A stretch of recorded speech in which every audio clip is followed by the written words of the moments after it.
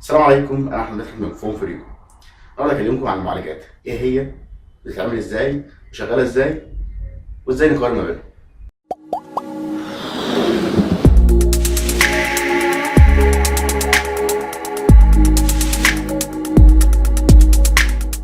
ببساطه المعالج هو مخ الموبايل، يعني هو اللي بيقوم بكل العمليات اللازمه عشان الموبايل يشتغل. لما بتدوس على تطبيق عشان تفتحه، انت كده بتدي امر للمعالج. المعالج بياخد الامر ده وبيترجمه ويجمع المعلومات اللي محتاجها عشان ينفذ الامر ده. بيجمع المعلومات دي من ذاكره الموبايل، ثم ينفذها ويحفظها على الرام عشان انت لو عايز ترجع لها تاني بشكل سريع. خلينا نكلمكم شويه عن قصه المعالجات. على الكمبيوتر في ماذر بورد، ودي لوحه كبيره بيتم توصيل عليها كل مكونات الكمبيوتر، من كارت الشاشه لكارت الصوت لكارت اللان والمعالج والرام والهارد وكل حاجه. مع ظهور الموبايلات كان لازم يلاقوا بديل وفكره جديده تلائم حجم الموبايل، وده اللي قامت بيه شركه ارب لما عملت لنا الاس او سي، وده اختصار للسيستم اون تشيب. بالبلدي كده كل المكونات متوصله بلوحه واحده او بشريحه واحده صغيره خالص. مجازا بنقول عليها المعالجات، لكن هي في الحقيقه اسمها سيستم اون تشيب. دي المكونات الداخليه بتاعته، وبيتكون من كل حاجه تشغل الموبايل. من اول السي بي يو، ده اختصار لسنترال بروسيسنج يونت او وحده المعالجه المركزيه، وده اللي بنقول عليه المعالج. مرورا بالجي بي يو او كارت معالجه الرسوميات والجرافيكس، والمودم، كروت الاتصال والبلوتوث وغيره، وحتى كارت الصوت اللي بيشغل الكاميرا والجي بي اس وكل حاجه. خلينا نتعمق شويه في الشريحه دي ونشوف ازاي المعالج معمول ومن ايه. المعالج ده معمول من سيمي كوندكتور، وهو السيليكون المستخرج من الرمل، وبطريقه معينه، وبعد عمليات كتير بيوصل انه يكون شريحه زي اللي انتم شفتوها من شويه. بيتم تطعيمها بالنحاس عشان تزود عدد الالكترونات في الشريحه. بعد كده بعمليات معينه وطرق معينه بيحطوا على الشريحه دي ملايين المليارات من الترانزستورز. ولو مش عارف ايه يعني ايه ترانزستورز، فممكن تشوف على ويكيبيديا، هسيب لك رابط في الوصف. ومع الترانزستورات بيبقى فيه اسلاك دقيقه جدا لتوصيل البيانات والعمل دوائر كهربائيه على الشريحه دي. كل ما عدد الترانزستورات يكبر، كل ما المعالج يبقى اكثر تعقيدا، كل ما يبقى افضل. البيانات او الاوامر عموما في المعالج وفي الكمبيوتر كله بتمشي برقمين، الصفر والواحد، او معنى تاني قفل وغلق الدوائر الكهربائيه دي. كل معالج بيبقى معمول من مجموعه من الاوامر او الانستراكشنز. هي بتبقى عباره عن اوامر لاستقبال البيانات اللي بيدخلها المستخدم، وامر عشان يجيب البيانات من الذاكره، وامر عشان يخزنها على الرام، وامر عشان يجيبها من الرام تاني، واوامر تانية كتير. مع كل امر انت بتعمله للموبايل في دوره كامله من الاوامر دي تتم عشان تنفذ طلبك. ده اسمه انستراكشن بير سايكل، واختصارا اي بي سي. كل ما المعالج قدر يعمل الدوره دي بكفاءه وسرعه، كل ما كان اداؤه افضل، وكل ما عرف يعملها بشكل كامل كل ما اداؤه كان افضل. بعد ما عرفنا ايه هو المعالج ومعمول ازاي، خلينا نمر كده شويه على مصطلحات المعالج. اولها هي الكلوك سبيد، وبتتقاس بالجيجا هرتز، ودي اكتر حاجه بتقراها في مواصفات المعالج.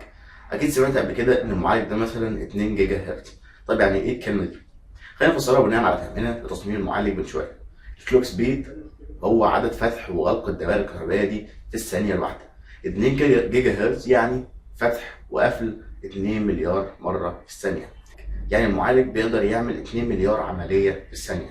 يعني كل ما التردد ده يزيد، كل ما يبقى المعالج اقوى. لكن ده مش العامل الوحيد، لسه في عوامل اكتر بتاثر، وخلينا نشبهها بمثل يسهلها. تخيل بتبني عماره والعمال بيعملوه 2 مليار عمليه في الثانيه. يا ترى مين هيبقى اسرع؟ اللي بيعمل 2 مليار عمليه في الثانيه، ولا اللي بيعمل 1 مليار عمليه في الثانيه؟ اكيد العمال اللي بيعملوا 2 مليار عمليه في الثانيه هيخلصوا اسرع. ومن الكلوك سبيد لتقنيه ال 64 بت وال 32 بت. الموضوع ده بكل بساطه، تخيل ان البت ده العمال، وال 32 او ال 64 عدد العمال. يا ترى هتبني العماره اسرع لو معاك 32 عامل، ولا لو معاك 64؟ اكيد 64. كذلك المعالج، لو في امر ما محتاج 50 عامل عشان يعمله، لو المعالج 64 بت، ال 50 عامل هيعملوه على مره واحده وعلى عمليه واحده. لو المعالج 32 بت، فكده العدد ناقص، فهيعملوا الامر ده على عمليتين. وبالتالي ال 64 بت اسرع، لكن لازم الاول يكون النظام التشغيل بيدعم ال 64 بت، ولازم البرنامج اللي انت شغال عليه يدعم ال 64 بت. لان لو معاك 64 بت لكن العماره محتاجه 32 بس، هيبقى الباقي ملهمش لازمه. نيجي لعدد الكورز، ودي اللي بيضحك علينا بيها كتير قوي. بيقول لك ده معالج ثماني، وده رباعي، وده 10 انويه. خلينا نعرف هي ايه الكور دي. الكور ببساطه هو المعالج احادي النواه يعني وحده معالجه سي بي يو واحده. ثنائي يعني وحدتين، وهكذا. يعني كل ما العدد ده يرتفع كل ما المفروض الاداء يتضاعف. بس الموضوع مش كده بالظبط. خليني اكلمكم عن تقنيات الانويه اللي موجوده دلوقتي كل المعالجات اللي موجوده عندها انويه كتير شغالين بتقنيتين لا غير. لو هو رباعي او ثنائي فهم كلهم شغالين. طب لو ثماني او سداسي او 10 انويه بتشتغل بتقنيه اسمها بيج دوت ليتل، ودي بكل بساطه معناها ان المعالج بيتكون من جزئين، 4 انويه جامدين بمعماريه قويه، وهنقول ايه هي المعماريه كمان شويه، واربعه كمان ضعاف بمعماريه اقل. الهدف من ده ان 4 انويه يشتغلوا المهمات الثقيله ودول الاقوياء وبيحتاجوا طاقه اعلى استهلاك اعلى، واربعه ضعاف بيحتاجوا طاقه اقل واستهلاك اقل ودول المهمات الخفيفه. الاثنين مش بيشتغلوا مع بعض، يا دول يشتغلوا شويه يا دول يشتغلوا شويه. الهدف من التقنيه دي توفير البطاريه، ما يكونش على طول الانويه اللي بتستهلك طاقه عاليه هم اللي شغالين وبرضه بتريحوا. والتقنيه دي شغال بيها 90% من المعالجات اللي في الموبايلات، الا بعض المعالجات من ميديا تك وهواوي زي الميديا تك هيليو اس 10، وده شغال بتقنيه اسمها ترو اوكتا كور، يعني 8 انويه شغالين مع بعض، ودول بيبقى 8 انويه قويه شغالين في وقت واحد، مش بيفصلوا او يبدلوا. والتقنيه دي قد ما بتدي اداء كويس جدا قد ما بتشفط البطاريه بشكل رهيب، لذلك هي مش كويسه قوي لحد دلوقتي خليني اقول لكم هما عدد الانويه بيفرق ازاي. تخيل معايا في القفه دي وزنها 50 كيلو، لو واحد هو اللي بيشيلها هيبقى اسهل ولا لما 2 يشيلوها ولا لما 4؟ اكيد لما 4 يشيلوها هتبقى اسهل. ده الحمل. هي دي نفس فكره الادويه، الشغل بيتقسم عليهم بدل ما الحمل يبقى على نواه واحده بيتوزع فالاداء يعلى. كمان عدد الكرات الاكتر بيخليك تقوم بمهام متعدده بشكل اسهل، بمعنى ان كل النواه بتكون بتعمل حاجه معينه، مثلا واحده مع الموسيقى، واحده مع التصفح، واحده بتعمل حاجات تانية. طب هي فعلا عدد الكور بتفرق في الاداء قوي كده؟ يعني الرباعي ضعف الثنائي؟ لا، مش لازم كده. الموضوع له كذا جزء بيأثر عليه.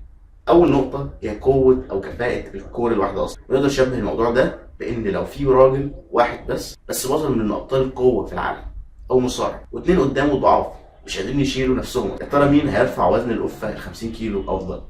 اكيد الشخص الواحد بطل العاب القوه، عشان هو اقوى واكثر كفاءه ومتدرب. بالظبط نفس الفكره في المعالجات، لازم كل كور تبقى قويه وكفاءتها عاليه عشان يكون معالج بانواع متعدده قوي. لكن معالج بنواتين بس اقوياء جدا يغلب 8 اضعاف بالظبط، زي ما 2 مصارعين ممكن يضربوا 10 اطفال في البدايه. نقطه كمان في التعامل مع عدد الانويه، لو عندك قفه وعايز 4 يشيلوها لازم يبقى ليها 4 مقابض الاول عشان يعرفوا كل واحد يمسكها. لكن لو القفه دي ليها مقبض واحد وقتها ال4 رجاله مش هيعرفوا يشيلوها، واحد بس اللي هيضطر يشيلها. ده بالظبط هو نفس فكره الانويه، لازم عشان كلهم يشيلوا المهام يكون اصلا التطبيق او البرنامج مصمم انه يشتغل على كذا كور، وده في الغالب مش بيحصل. اغلبيه البرامج بتبقى مصممه عشان تشتغل على كور واحده، بالتالي كور واحده قويه احسن من 2 ضعاف. نيجي بقى المصطلحات بينعدم ذكرها في وصف الموبايل. اول واحد هو التي دي بي، وده اختصار Thermal Design Power، وده بيتقاس بالوات، وده هو الحد الاقصى اللي بيحتاجه المعالج من الطاقه، وفي نفس الوقت يكون محافظ على انه ما يسخنش زياده عن اللزوم او انه ياثر على الاداء بالسلب، او ان كميه الطاقه الزياده دي تتلف مكونات. كل ما كميه الطاقه تكبر معنى كده ان الاداء هيبقى اعلى لان الطاقه اكتر، لكن استهلاك البطاريه هيبقى اعلى. ده اكبر سبب بيخلي معالجات الكمبيوتر تتفوق بكل سهوله على معالجات الموبايل، لان معالج الكمبيوتر مش بيهمه قوي موضوع استهلاك الطاقه، وبنقدر نستخدم تقنيات كبيره قوي في التبريد، بالتالي بيقدر المعالج يستخدم طاقه عاليه جدا، كده يبقى يقدر يعمل مهام قويه جدا. ناخد مثال، احد معالجات كور اي 5 من انتل ممكن يوصل ل 95 واط وفي اكتر، بينما معالجات الموبايلات باقصى تقدير بتوصل ل 4 او 5 واط، حفاظا على البطاريه وعشان ما بيقدروش يستخدموا تقنيات كبيره للتبريد زي الكمبيوتر. عشان نفهم اكتر التي دي بي خلينا نجيب مثال. كور اي 5 2 540 ام بيبقى 35 واط، بينما كور اي 5 2 5 57 ام بيبقى 17 واط. من الفرق ده نقدر نفهم ان الاثنين 5 57 ام لحفظ الطاقه والبطاريه لكن باداء اقل، والاثنين 45 ام مصمم لاداء اعلى. نيجي للفاب سايز، اختصارا الفابريكيشن سايز، ده حجم الشريحه او الويفر اللي بيتحط عليها الترانزستورز، وكل ما الحجم ده يصغر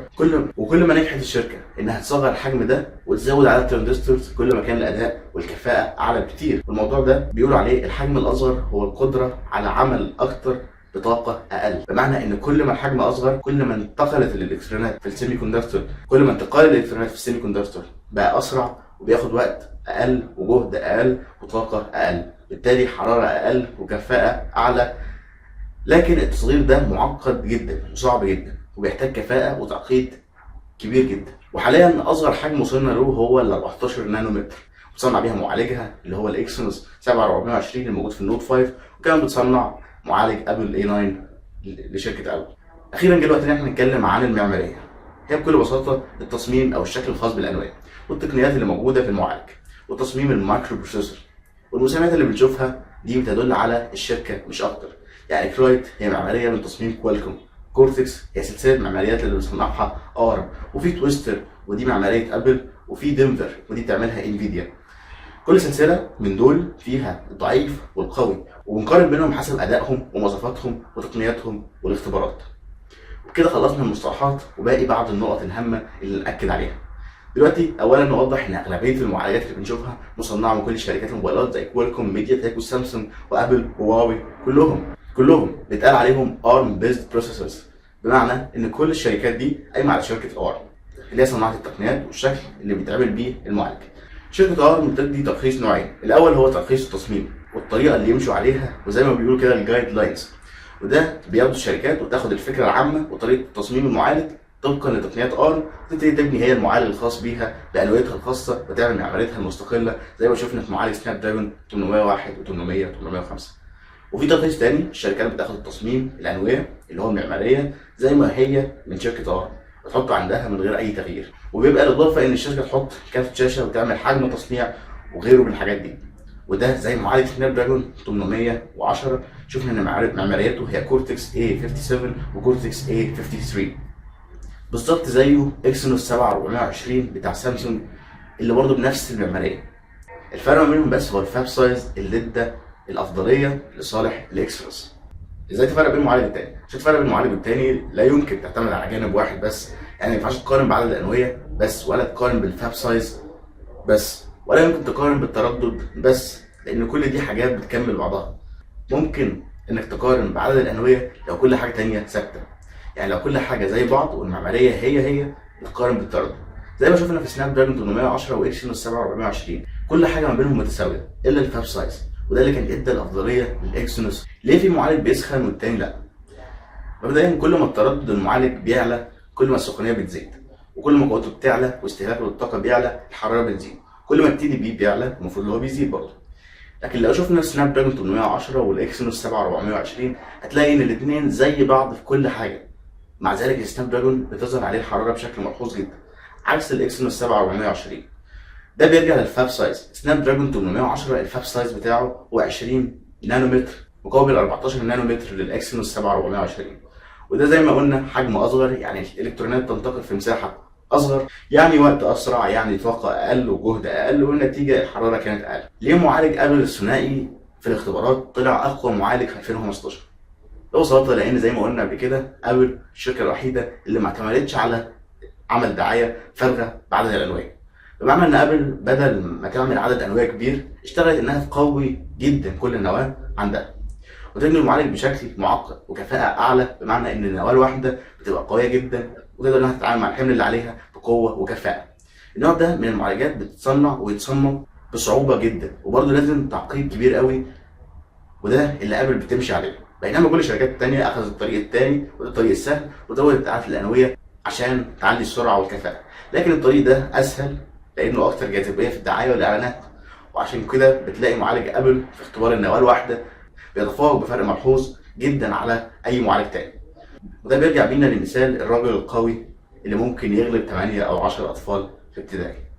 هو ده نفس فكره ابل، القوي الراجل قوي عشان يقدر يغلب كتير، كمان عشان اغلبيه الرفوف بتتشاب بمقبض واحد، او بشكل تقني غالبيه البرامج بتشتغل على نواه واحده، وبالتالي اداء معالج ابل بيبقى افضل من اي معالج تاني. وهنا الفكره مش ارقام نهائيه، الفكره في كفاءه التصنيع. بطاريه ابل 1700 ملي امبير وهي ضعيفه بالفعل، لكن ضعيفه بتدي نفس اداء الاس 6 الضعيف برضه واللي هو 2500 ملي امبير، وده فرق يوضح قد ايه كفاءه معالج ابل واستهلاكه للطاقه. الخلاصه عشان تقارن ما بين معالج والتاني لازم تشوف كل العوامل، ما تمسكش عامل واحد هو التردد او الانويه، قارن ما بينهم لانهم كتير قوي بيكونوا خداعين. لو مسكت بيهم كده هتقول انه معالج هيليو اكسترن اكتر من معالج كور اي 5 لانه بانويه اكتر. ودي كانت نهايه الحلقه النهارده، اتمنى تكونوا استفدتوا بيها، وممكن برضه تشاركوا الفيديو ده او تعملوا شير ليه عشان الناس اكتر تستفيد، واشترك في القناه عشان يوصلك كل جديد، وتابعنا على الفيسبوك وانستجرام. شوفوا المدونه بتاعتنا، ولو عندك اي سؤال بخصوص الموضوع اكتب في الكومنتات، او اضافه اكتب برضه في الكومنتات. عندك اي استفسار تاني اهلا بيك على سبيل الصفحه. كان معاكم احمد مدحت،